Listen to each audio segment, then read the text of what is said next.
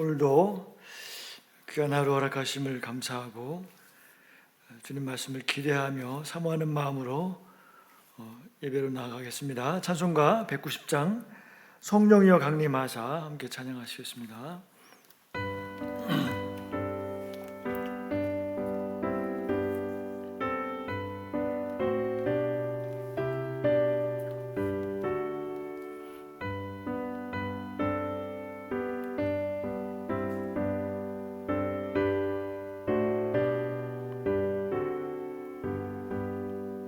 성령이여 강림하사 나를 감화하시고 애통하며 회개한 맘 충만하게 하소서. 예수여 이오니 나의 기도 들으사 애통하며 회개한 맘 충만하게 하소서.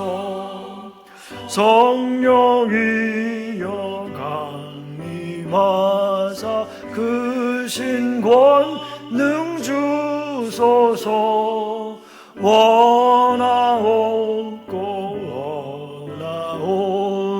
충만하게 하소서.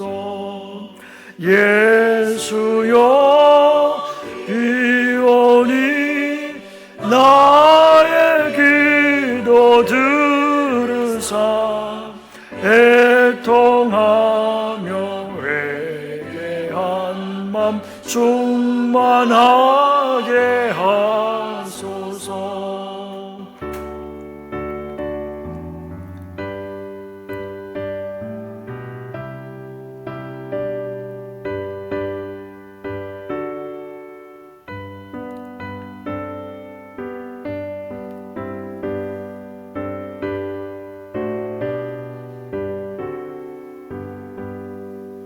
힘이 없고 연약하나 엎드려서 비오니 성령 강림하옵소서. 충만하게 하소서. 예수여 비오니 나의 기도 들으사 애통하며 회개한 맘 충만하게 하소서. 정케하고 위로하사 복을 받게 하소서. 충만하게 하시오니 무한 감사합니다. 예수여 이오니 나의 기도 들으사 애통하며 회개한 맘 충만하게 하소서. 아멘. 오늘 나눌 본문 말씀은 사사기 3장 12절부터 31절까지 말씀입니다. 제가 봉독하겠습니다. 이스라엘 자손이 또 여호와의 목전에 악을 행하니라. 이스라엘 자손이 여호와의 목전에 악을 행함으로 여호와께서 모압 왕 에글론을 강성하게 하사 그들을 대적하게 하시매 에글론이 암몬과 아말렉 자손을 모아 가지고 와서 이스라엘을 쳐서 종려나무 성읍을 점령한지라. 이에 이스라엘 자손이 모압 왕 에글론을 18해 동안 섬기니라.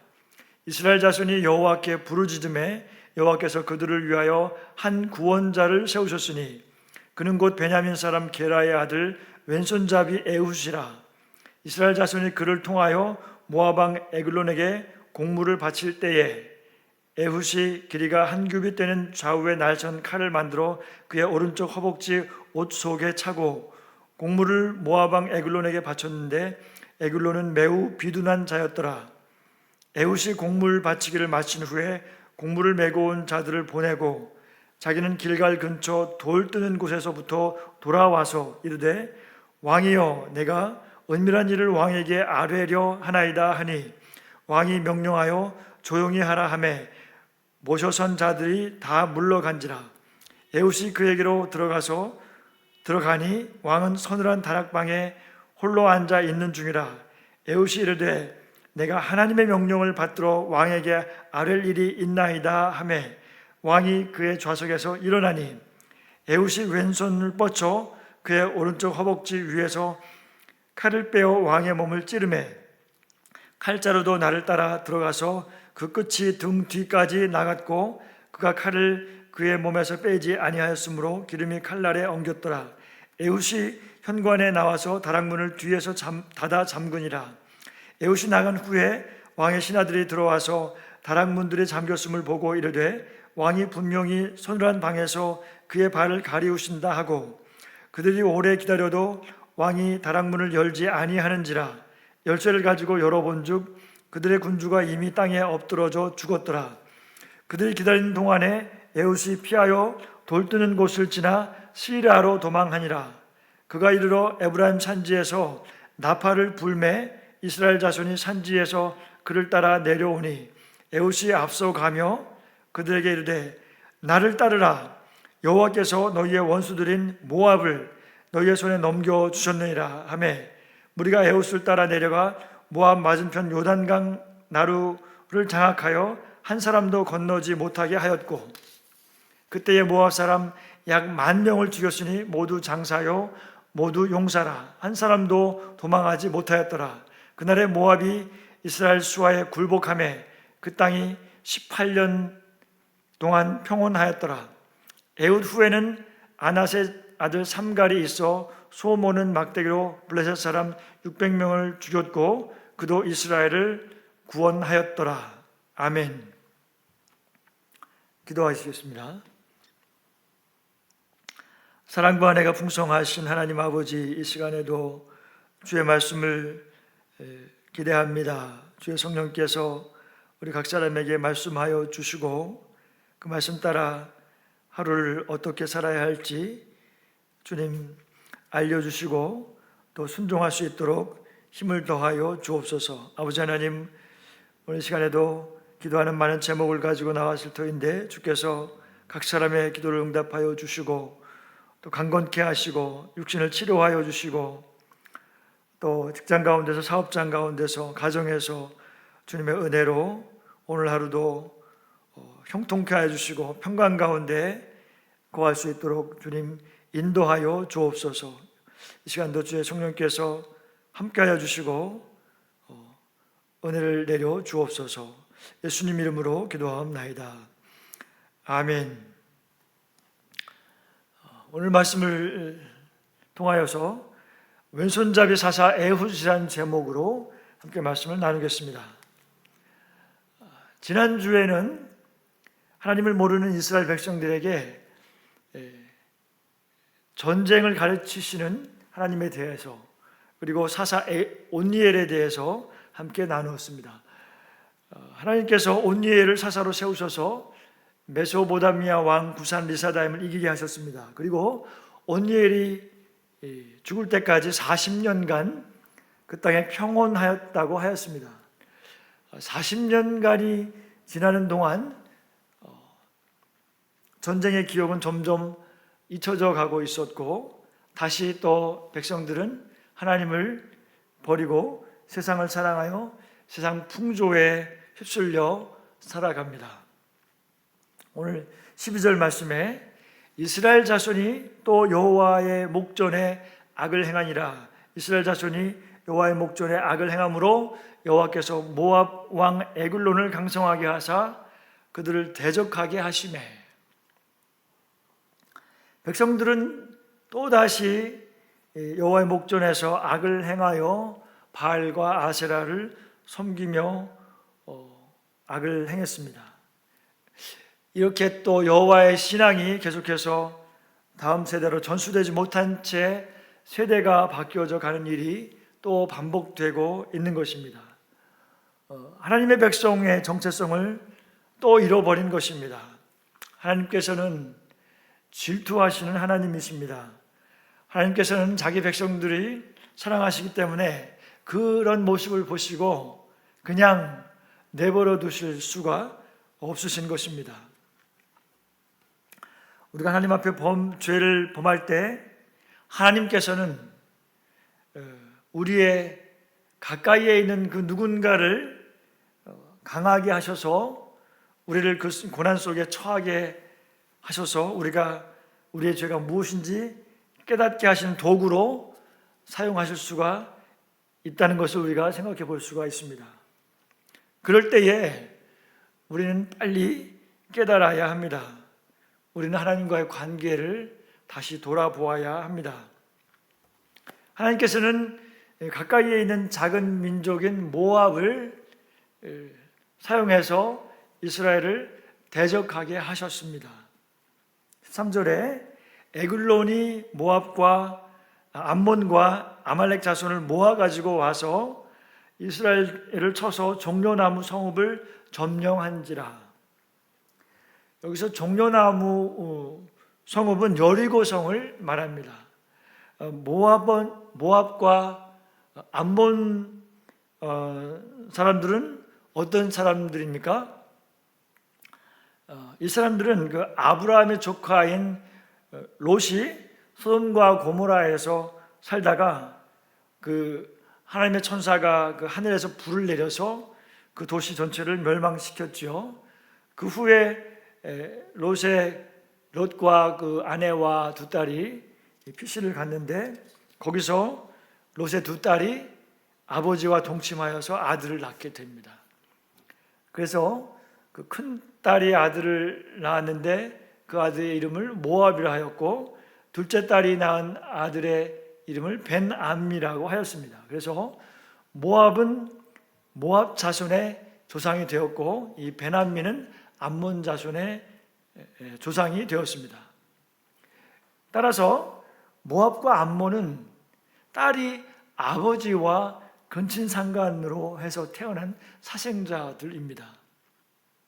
하나님께서는 이런 말도 안 되는 그런 비정상적인 관계를 금지하고 또 징계하십니다.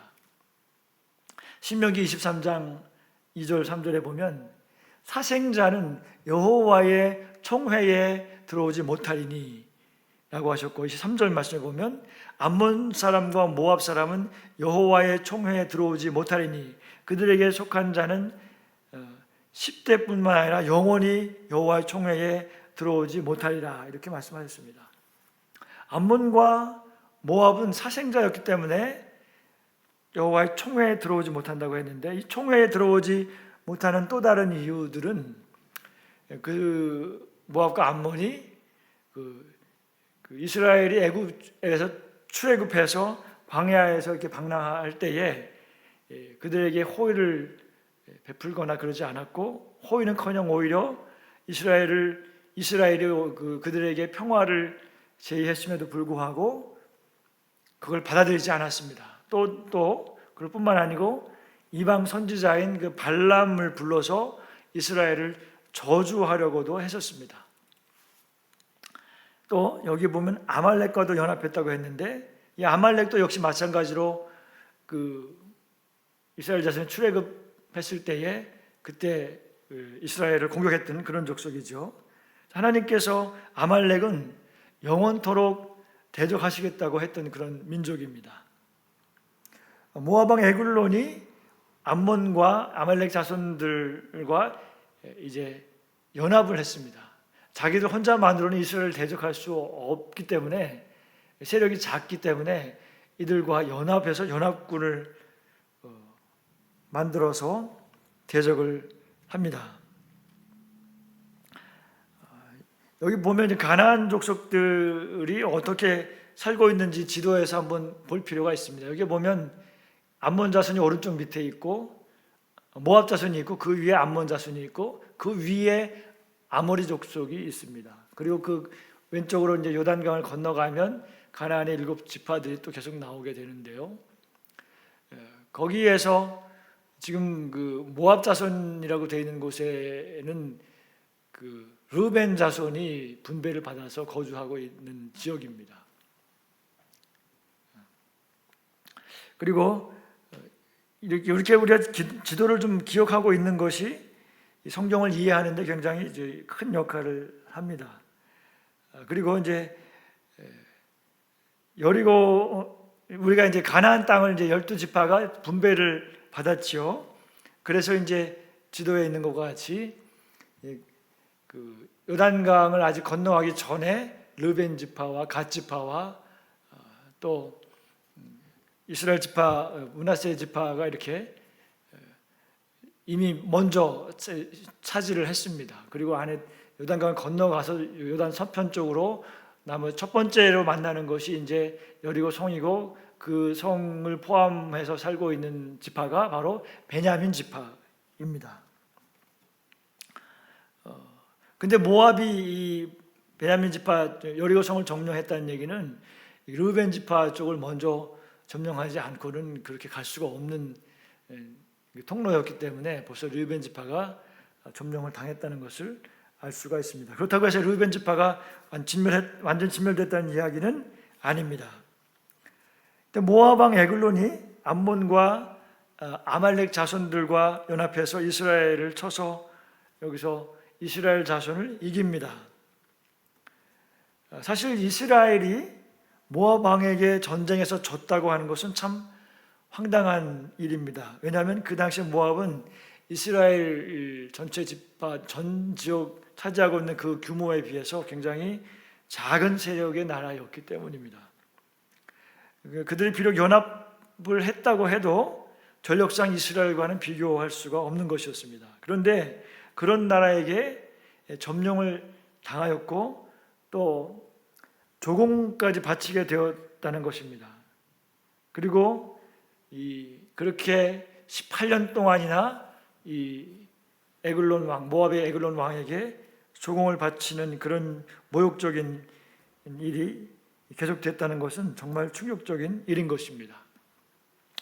그러면 어떻게 이런 일이 일어났을까요? 그러니까 이것은 하나님께서 이스라엘이 또다시 하나님을 버리고 바알과 아세라를 섬기는 그런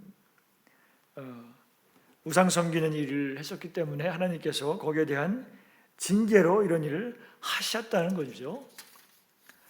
이렇게 볼 때에 하나님의 백성들의 운명은 세력이 크고 작음과 상관없이 하나님의 손에 달려 있다는 것을 우리가 또 볼 수가 있습니다. 우리가 외형적으로 볼 때에는 잘 나가는 것 같고 또 내가 경쟁하고 있는 또 다른 사람들보다 우월하다고 생각이 될 때에도 그렇게 실상은 하나님과 우리와의 관계가 어떠냐에 따라서 우리가 더 강해질 수도 있고 또 반대로 우리가 그 경쟁 중에 있는 사람들보다 더 약해질 수도 있다는 것을 우리가 여기서 보여주고 있는 것입니다. 그러므로 그리스도인들은 자신이 하나님과의 그 올바른 관계 속에서 살고 있는지 늘 점검해야 합니다. 여리고성은 가나안 땅에 처음 들어가서 승리했던 곳입니다. 뿐만 아니고 여리고성은 가나안 땅으로 가는 그 전략적인 요충지가 되는 곳입니다. 그래서 이스라엘에게 있어서는 그곳은 참 가나안 정복했다는 그 역사적인 기념비와 같은 그런 곳이었습니다. 그래서 이스라엘 백성들은 참 자존심과 같은 그런 곳이었는데 그 여리고성을 그렇게 점령을 당했던 것입니다. 또 한편으로는 또 모압 왕이 여리고를 쉽게 점령할 수 있었던 것은 그때에 처음에 여리고 성을 무너뜨린 후에 그 성읍을 완전하게 그 성벽을 재건하지 않았기 때문이기도 했습니다. 어찌됐든 모압에게 여리고를 뺏기고 빼앗겼다는 것은 정말 이스라엘 사람들이 자존심이 무너지는 일이었습니다. 모압 왕 에글론이 여리고에 자신의 궁전을 또 세웠다는 것을 볼 수가 있는 거죠. 그래서 에훗이 그 곡물을 가지고 그 모압 왕에게 그 궁전으로 가져다가 바친 것으로 보입니다. 이렇게 이스라엘 자손이 모압 왕을 18년 동안이나 곡물을 바치면서 섬기고 있었습니다. 그러면서 이제 백성들은 하나님께 다시 부르짖게 됩니다. 15절 말씀에 이스라엘 자손이 여호와께 부르짖을 때에 여호와께서 그들을 위하여 한 구원자를 세우셨으니 그는 곧 베냐민 사람 게라의 아들 왼손잡이 에훗이라.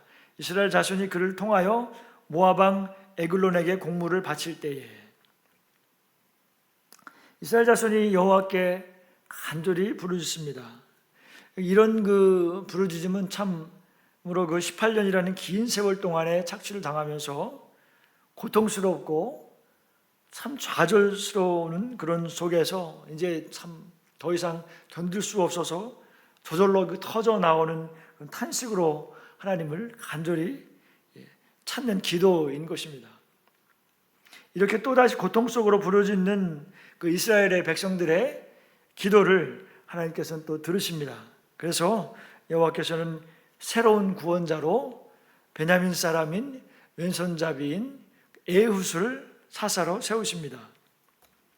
에글론, 모압의 그 에글론 왕이 여리고성을 점령했죠. 근데 그 여리고성은 바로 베냐민 지파가 기업으로 할당받은 성읍이었기 때문에 어쩌면 그 베냐민 지파 사람인 에훗을 사사로 세운 것이 당연하다고 볼 수도 있습니다. 성경에서 에훗의 이야기는 상대적으로 굉장히 자세하게 기록하고 있습니다. 이 에훗의 이야기를 보면 마치 참 우리가 허리우드 영화를 보는 듯합니다. 에훗은 그 왼손잡이라고 해서 일부에서는 그 오른손을 잘 사용하지 못하는 사람으로 보기도 했었는데 또 우리가 성경 그 70인역에 보면 이 에훗을 양손잡이라고 번역을 하고 있습니다. 따라서 이것은 오른손을 사용하지 못하는 사람을 의미하는 것이 아니라 다른 사람에 비해서 왼손이 발달한 사람이라고 보아야 할 것입니다. 또는 양손을 다 사용할 수 있는 양손잡이로 볼 수 있습니다. 이렇게 이야기할 수 있는 그 성경적인 근거로는 성경에 보면 그 베냐민 지파에는 그 왼손잡이가 700명이나 있었다고 기록한 것을 볼 수가 있습니다. 따라서 에훗은 왼손으로 칼을 아주 잘 사용하도록 훈련된 사람이라고 할 수가 있습니다. 이스라엘은 그 모압 왕에게 곡물을 바치고 있었는데 그 곡물을 바치러 가는 일행 중에서 에훗이 그 관리 감독자였던 것이었습니다.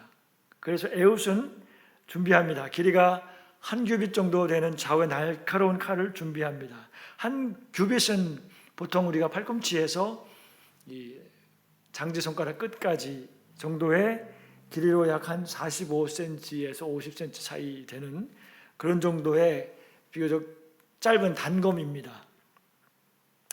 오른쪽 허벅지 옷 속에 그래서 단검을 차고 옷으로 감추었죠. 에훗은 모압 왕 에글론이 참 비둔한 자라는 것, 아주 고도 비만인 것을 그동안 보아왔습니다. 그래서 에훗은 또 곡물을 이번에는 그런데 곡물을 바치고 돌아오는 길에 함께 갔던 사람들을 먼저 보냅니다. 에훗은 이때에 먼저 보낸 사람들에게 아마도 이르기를 자신이 에글론 왕을 암살할 것을 이야기했을 것입니다. 그리고 또 미리 준비한 이스라엘 백성들에게 자신이 돌아와서 나팔을 불면 전쟁에 출전할 것을 명령하였던 것입니다. 먼저 미리 일어났던 것이죠. 그때의 에훗은 아마도 거기서 하나님께 기도하였을 것입니다. 사실 단신으로 적국의 그 왕을 암살하러 가기 전에 생명을 여호와 하나님 아버지께 맡기면서 정말 인도해 주실 것과 자신을 강하게 해 주실 것을 기도했을 것입니다. 그리고 에훗은 다시 이제 에글론에게로 홀로 들어갑니다. 19절 말씀에 자기는 길갈 근처 돌 뜨는 곳에서부터 돌아와서 이르되 왕이여 내가 은밀한 일을 왕에게 아뢰려 하나이다 하니 왕이 명령하여 조용히 하라 하매 모셔선 자들이 다 물러간지라. 이렇게 해서 모압 왕 앞으로 갔습니다. 그리고 모압 왕 에글론에게 이르기를 내가 은밀한 일을 왕에게 알려드리려고 한다고 말했습니다. 그러자 에글론은 아무런 그 경계하는 마음이 없이 의심 없이 또 신하들을 다 모두 물러가게 합니다. 그것도 이제 단검을 이렇게 허벅지에 숨기고 갔는데 그런 그 왕을 그 경호하는 병사들이 사실 그런 것을 검열하지 않았다는 것이 어떻게 보면 굉장히 이해할 수 없는 상황이기도 합니다. 이런 것을 볼 때에 이러한 그 상황은 참으로 하나님께서 모든 상황을 주관하고 계신다고 생각할 수밖에 없는 것입니다. 에훗은 참으로 하나님께서 역사하고 계신다는 생각을 했을 것입니다. 만약에 실패하게 되면 자신의 목숨을 잃을 수밖에 없는 상황에서 하나님께서 일하고 계심을 보았을 것입니다. 20절 말씀입니다. 에훗이 그에게로 들어가니 왕은 서늘한 다락방에서 홀로 앉아 있는 중이라. 에훗이 이르되 내가 하나님의 명령을 받들어 왕에게 아를 일이 있나이다 하매 왕이 그의 좌석에서 일어나니 그렇습니다. 이제 단 둘이만의 공간에서 하나님의 명령을 전한다고 했을 때에 왕이 좌석에서 벌떡 일어났는데 사실 그렇게 일어난 이유는 정확히는 사실 알 수는 없지만 에글론 왕은 에훗에게서 갑자기 하나님의 명령이라는 말에 놀라고 두려워서 아마 벌떡 일어났을 수도 있다고 생각이 됩니다. 순간에 그 에훗은 오른쪽 허벅지에서 차고 있던 검을 빼서 왼손으로 빼어서 왕의 몸을 아주 깊이 힘있게 찌릅니다.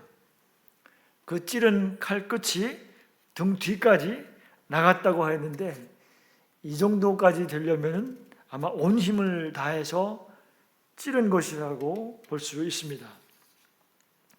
상대가 비만하고 굉장히 우둔하였다고 기록되었지만 에글론은 어쩌면 그 건장한 장수 출신으로서 힘 있는 장사였을 것으로 보입니다. 따라서 그런 에글론이 이 비명 한 번 지르지 못하게 단 한 번에 급소를 깊이 있게 찔러 죽게 한 것을 보면 이 일은 참 보통 일이 아닌 것으로 생각할 수가 있습니다.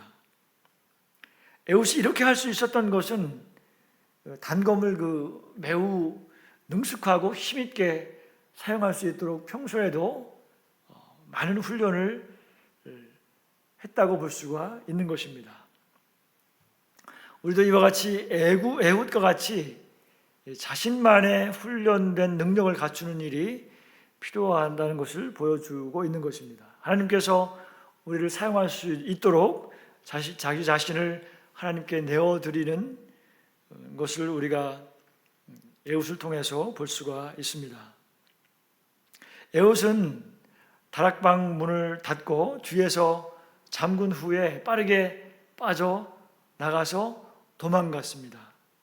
에훗이 도망한 후에 왕의 신하들이 그때에서 이제 죽은 왕을 발견하게 되었고 이렇게 해서 이제 적지의 그 위험천만한 상황에서 생명을 지켜주시는 하나님의 그 돌보심을 우리가 볼 수가 있습니다.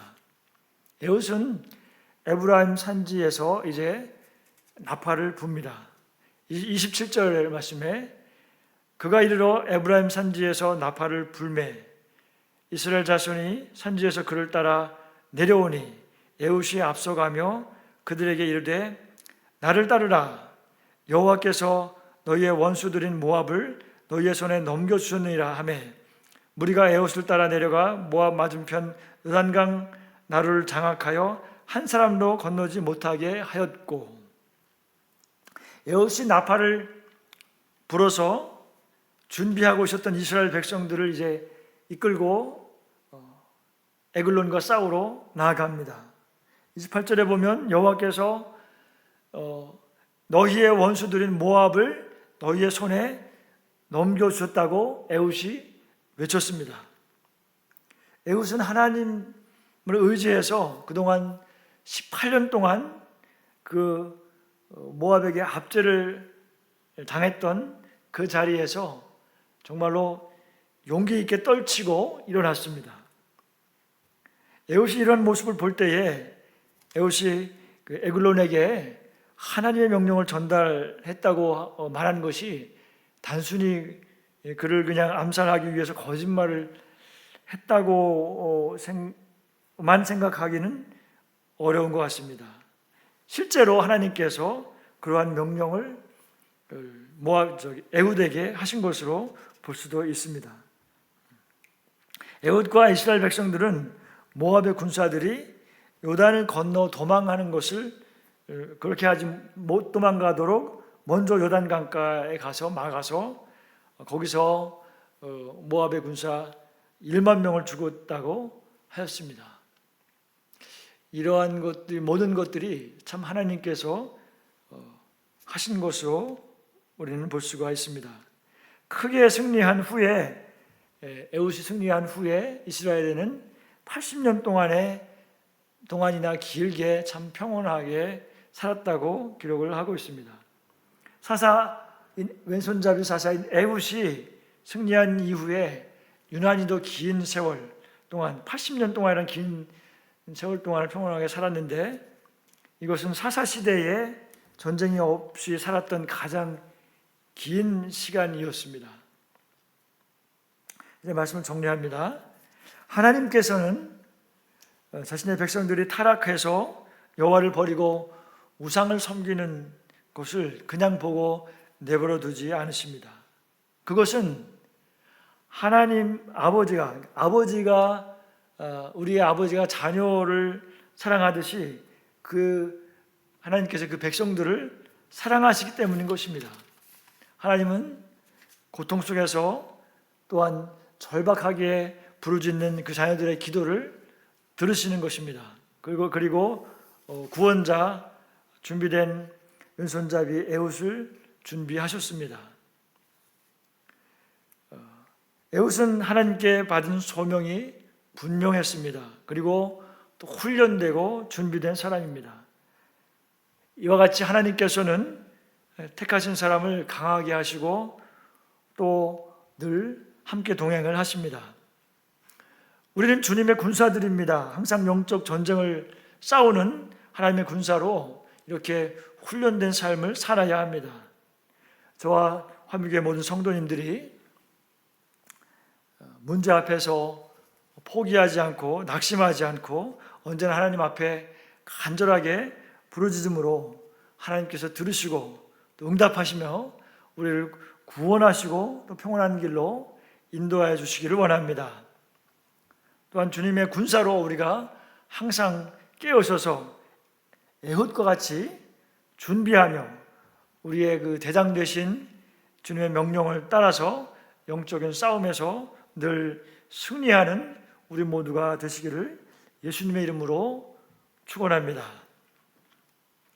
주기도문 하심으로 예배를 마치겠습니다. 하늘에 계신 우리 아버지여, 이름이 거룩히 여김을 받으시오며 나라가 임하옵시며 뜻이 하늘에서 이루어진 것 같이 땅에서도 이루어지이다. 오늘날 우리에게 일용할 양식을 주옵시고 우리가 우리에게 죄 지은 자를 사하여 준 것 같이 우리의 죄를 사하여 주옵시고 우리를 시험에 들지 말게 하옵시며 다만 악에서 구하시옵소서. 대개 나라와 권세와 영광이 아버지께 영원히 있사옵나이다. 아멘.